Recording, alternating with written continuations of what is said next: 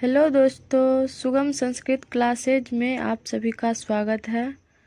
तो आइए आज हम लोग तृतीय पाठ जो है अस्माकम देशः यानी हमारा देश, इसके बारे में आज पढ़ेंगे।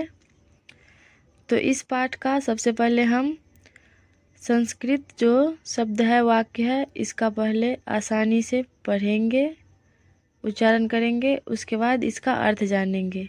इस कहानी का ये हमारे देश जो है इसके बारे में दिया हुआ है। तो चलिए हम स्टार्ट करते हैं चैप्टर का सारांश शुरुआत करते हैं। तो सबसे पहले है श्लोक। श्लोक में है, आइए देखते हैं। इस श्लोक को इस प्रकार पढ़ेंगे। उत्तरं यत् समुद्रस्य हिमाद्रेश्चैव दक्षिणं वर्षं तद् भारतं प्राहुः भारती यत्र संतति। भारती यत्र संतति अर्थात इसका अर्थ हुआ कि जिसके उत्तर में समुद्र है और दक्षिण में बर्फ है। जिसके उत्तर में समुद्र है और दक्षिण में बर्फ है।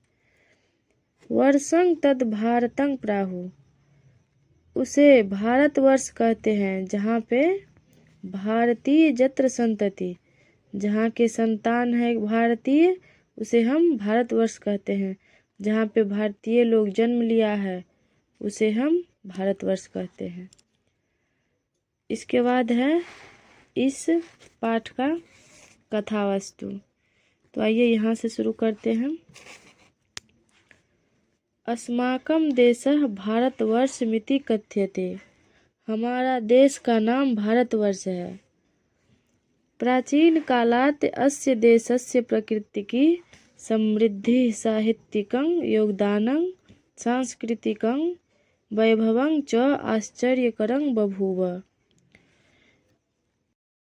प्राचीन काल से ही यह देश अपनी प्राकृतिक संपदा, साहित्यिक योगदान और सांस्कृतिक वैभव से आश्चर्यचकित रहा है।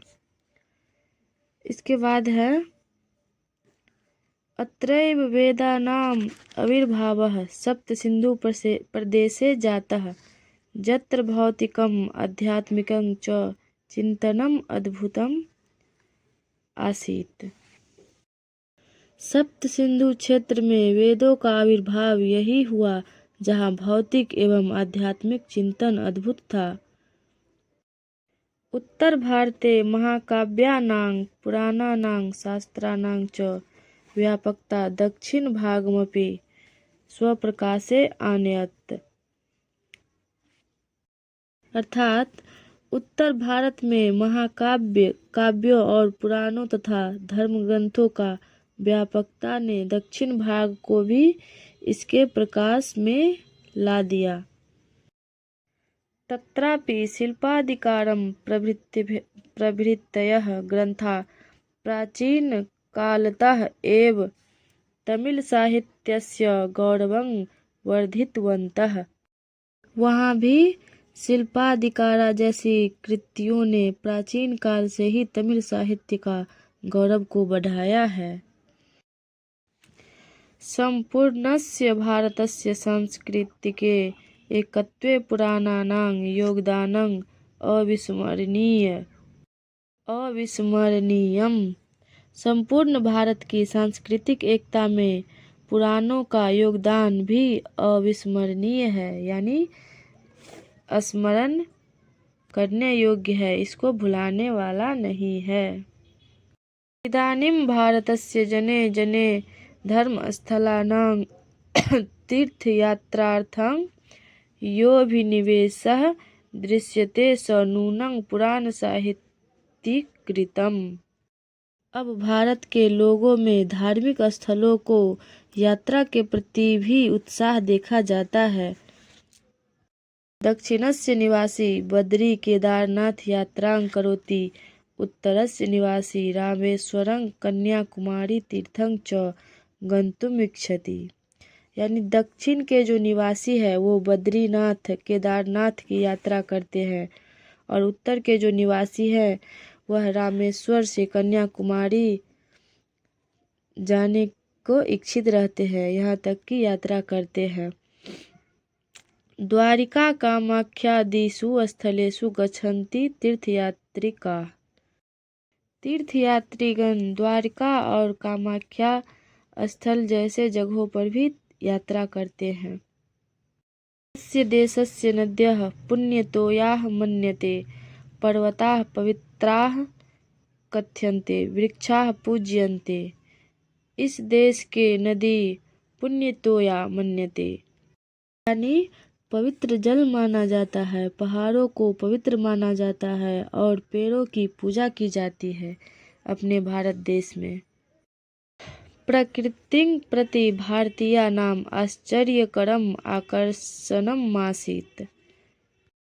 भारतीयों में प्रकृति के प्रति अद्भुत आकर्षण है। भारतीयों को प्रकृति के प्रति आश्चर्य आकर्षण था।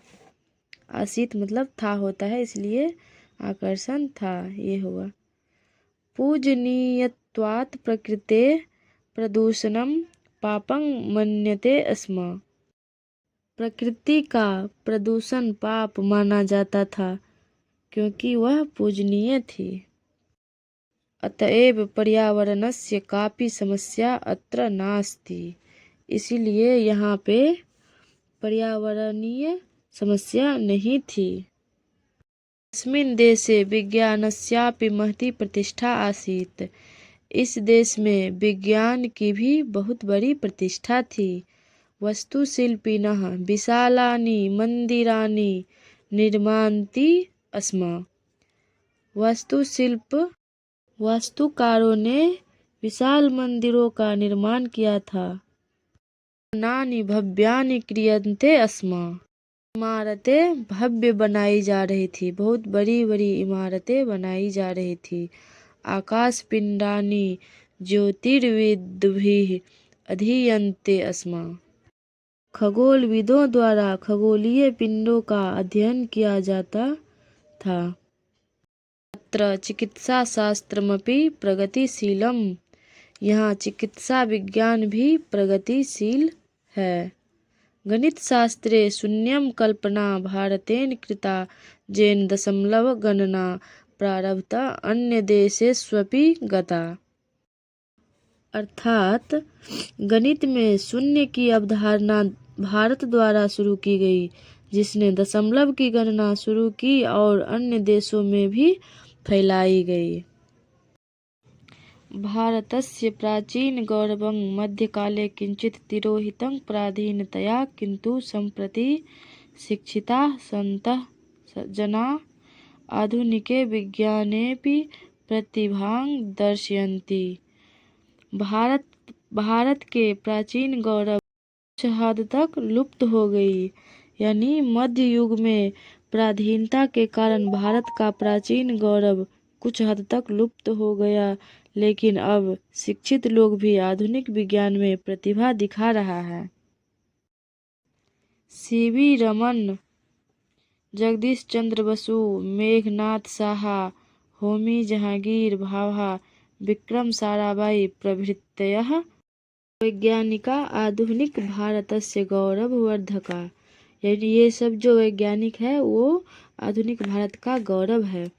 एवं महात्मा गांधी सदृशः कर्मवीरः, रवींद्रनाथ ठाकुर सदृशः साहित्यकारः, अरविंद सदृशः दार्शनिकः, राधाकृष्णन सदृशः शिक्षकः, राजेंद्र प्रसाद सदृशः स्थितप्रज्ञः इत्यादयः वर्तमान भारतस्य गौरवरूपा नेतारः सन्ति।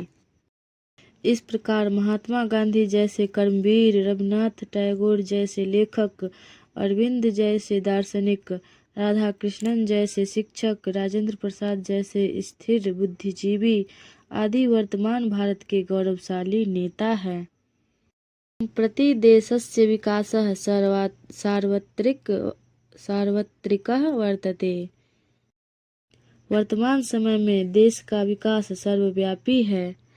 कृषि क्षेत्रे नवीनाः प्रयोगाः, संचार साधनानि उत्कृष्टानि अंतरिक्षक्षेत्रेऽपि विशिष्टयोगदानं स्वास्थ्यं प्रति जनजागरणं चिकित्सासुविधानां वृद्धिः सर्वशिक्षाभियानम् इत्यादीनि उल्लेखनीयानि सन्ति। कृषि में नवीन प्रयोग, संचार के उत्कृष्ट साधन तथा अंतरिक्ष के क्षेत्र में विशिष्ट योगदान, स्वास्थ्य के प्रति जन जागरूकता, चिकित्सा सुविधाओं में भी वृद्धि, सर्व शिक्षा अभियान आदि उल्लेखनीय है। सर्वथापि देशः संसारस्य अग्रण्येषु गणनीयो वर्तते। अर्थात किसी भी मामले में देश दुनिया के अग्रणीय देशों में से एक है। हमारा देश क्या है? सभी देशों में अग्रणीय देश कहा जाता है। तो यह था तृतीय पाठ का सारांश। आप लोगों को कैसा लगा कमेंट में ज़रूर बताएं। इसका क्वेश्चन आंसर हम अगले वीडियो में लेकर आएंगे। तब तक के लिए धन्यवाद। जयतु संस्कृतम, जयतु भारतम।